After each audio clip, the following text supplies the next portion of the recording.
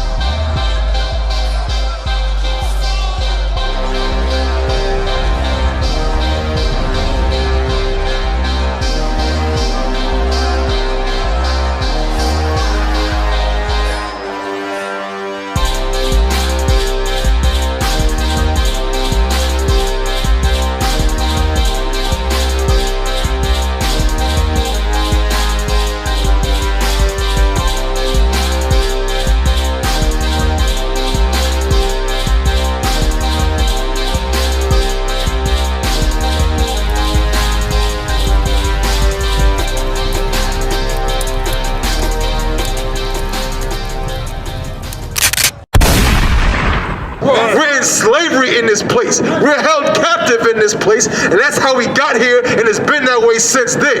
But guess what? Guess what? Why don't we put the blame on the person who sold us out, man?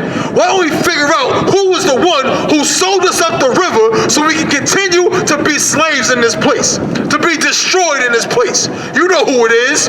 You know who he is by how he dressed. You know who he is by that slick, you know what I'm saying, style he got. Them alligator shoes and that Cadillac he drive. I'm talking about that nasty, disgusting Christian pastor, man.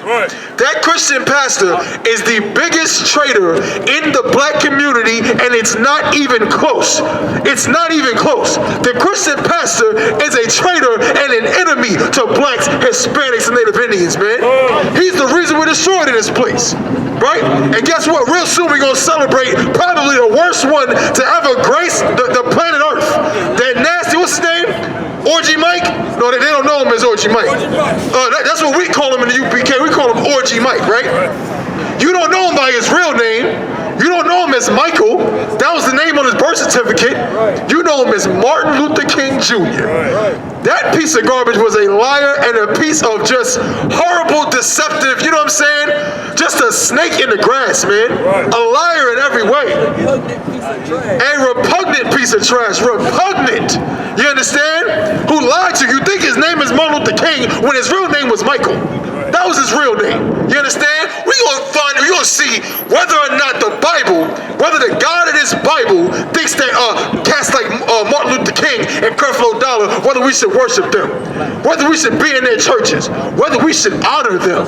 MLK Day's coming up, right? Come on. Well, let's see. Give me Matthew 7:15.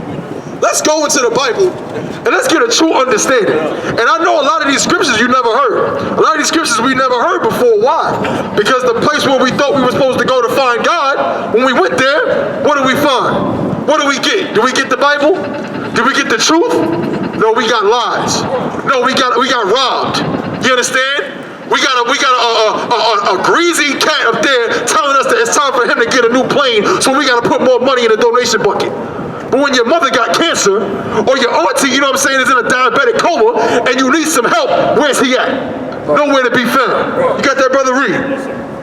It's the book of Matthew, chapter 7, verse 15. Beware of false prophets. Do what?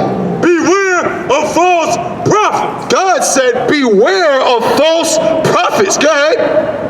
Which come to you in sheep's clothing. Now this is the part right here that really gets him. It said what? Beware of false prophets that come to you in what? In sheep's clothing. In a brand new Cadillac. In sheep's clothing. In the nice alligator shoes. In sheep's clothing. In the Italian cut suit. In sheep's clothing. The Christian pastor comes to you in sheep's clothing, man. He comes to you looking real good. He comes to you looking real, you know what I'm saying, real snazzy and everything. And he talked that talk. He talked like a pimp.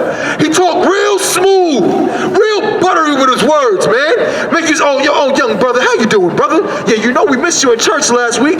You know what I mean? How's your sister doing? How's your mother doing? How's your wife doing? He real slick with it. You know what I'm saying? He's a what? He's a wolf in sheep's clothing. You understand? Read it from the top. Right.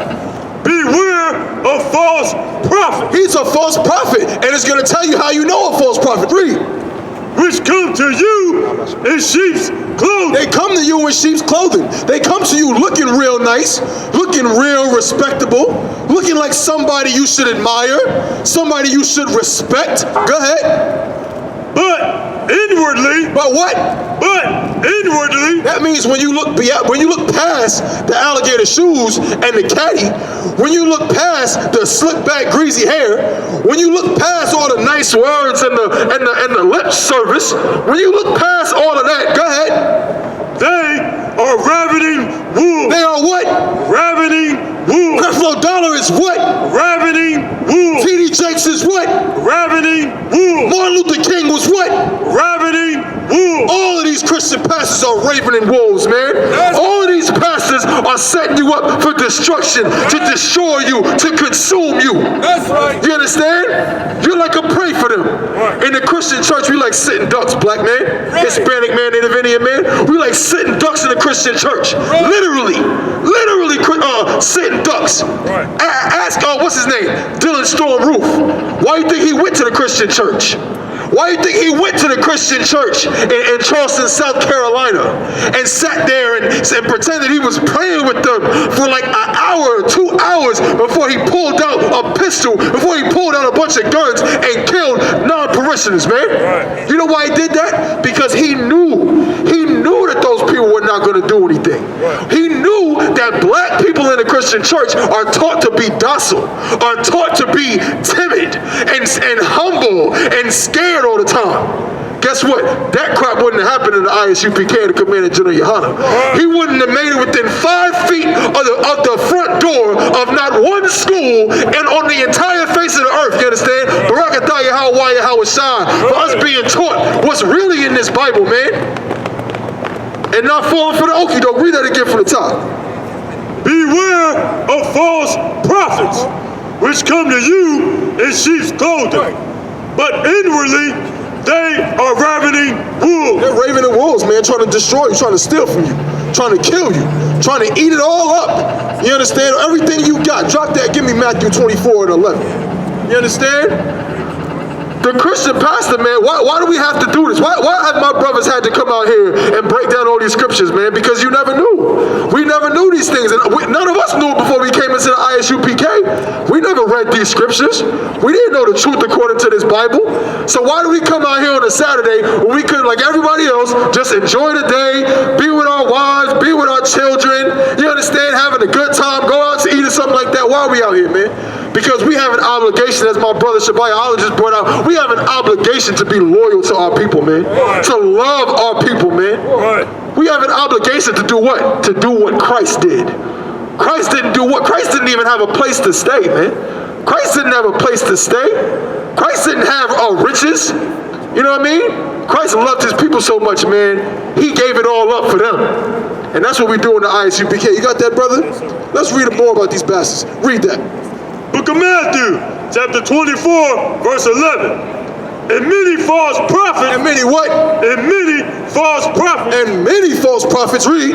Shall rise. Shall what? Shall rise. And many false prophets shall rise. Every day I turn around, I turn on the TV, it's another one, Kabbalah. I'm telling you, man, it used to just be 2, 3, you see? You know what I mean? You might see some random cat on the TV at 2 o'clock in the morning. When I was a kid, you know what I'm saying? See some brother up there, rambling. What's the cat? What's the one up there talking about? And God, what's his name? Something Kearney, Pastor Kearney. You know what I mean? You see some cat up there sweating out his perm, looking crazy. Now they popping up. Now they got young ones. Joshua Home, cat got more ice than a rapper. You know what I'm saying? Straight up, just, you know what I'm saying, shot it. That's what they got now. Read it from the top. And many false prophets shall rise. And many false prophets shall rise. Drop that. Give me verse 24. Many, was that the end of that? Was there more? A little more back. Go ahead, bro. And shall deceive many. And shall do what? Deceive many. So many false prophets are going to rise and they're going to deceive many. They're going to lie to people. They're going to convince you of something that is not true. Give me verse 24. Verse 24. For there shall arise false Christ. False what? False Christ. False Christ. In other words, they're going to come up people that you believe in so much, man, you think they Christ. There's people that's gonna come up and you're gonna look at them like, I gotta follow him. I gotta follow T.D. Jakes. I gotta follow Creflo Dollar. I gotta follow Joel Osteen, even though he got $400,000 inside the walls, you know what I'm saying, keeping them warm. Like my brother say, he don't even need insulation because he got the money in the walls, right? They're going to arise many false Christs. Go ahead. And false prophets. And false prophets, read. It shall show great signs and wonders. They shall do what? Show great signs and wonders. Ooh, they're going to show great signs and wonders. What did Martin Luther King do, Kabbalah? Martin Luther King showed us that we shall overcome. Martin Luther King showed us that when we was going to get to the mountaintop. Martin Luther King showed us that one day the little white babies and the black babies was going to hold hands and shake hands and love each other and kisses and hugs and rainbows and Skittles. That's what Martin Luther King said, right? He said it was all going to happen. He shall show great signs and wonders, really.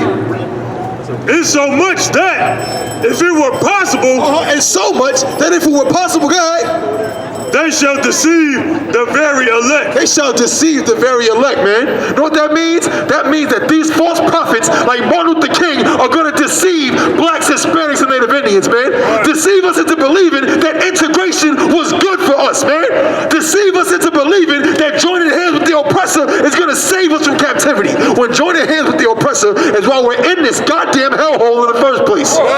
Joining hands with the oppressor is why we're starving in the ghettos of Charlotte, the ghettos of Raleigh, the ghettos of North Carolina, and New York, and California, and Chicago.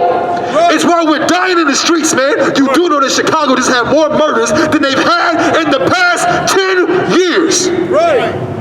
In Chicago, man. 10 years. It's 2022. That means that all of the stuff we talked about Chicago and the murder rate since 2015, bye-bye, those records are gone. Black people are killing each other even more in Chicago. What about New York? New York broke records in homicides over the past 20 years. Haven't had a homicide rate that high since the 90s, man. Since the 90s. Same thing happened in North Carolina. In Philly too. Ooh, Philly breaking records, man. Charlotte breaking records. Durham, Raleigh breaking records, man. So where's the progress, Martin? AKA Michael. Where's the progress? Where's the mountaintop? Where is it? Where's the dream that you had? Oh, we gotta talk about that, Cabal. Where's the dream you had? Your dream is a goddamn nightmare for blacks, Hispanics, and Native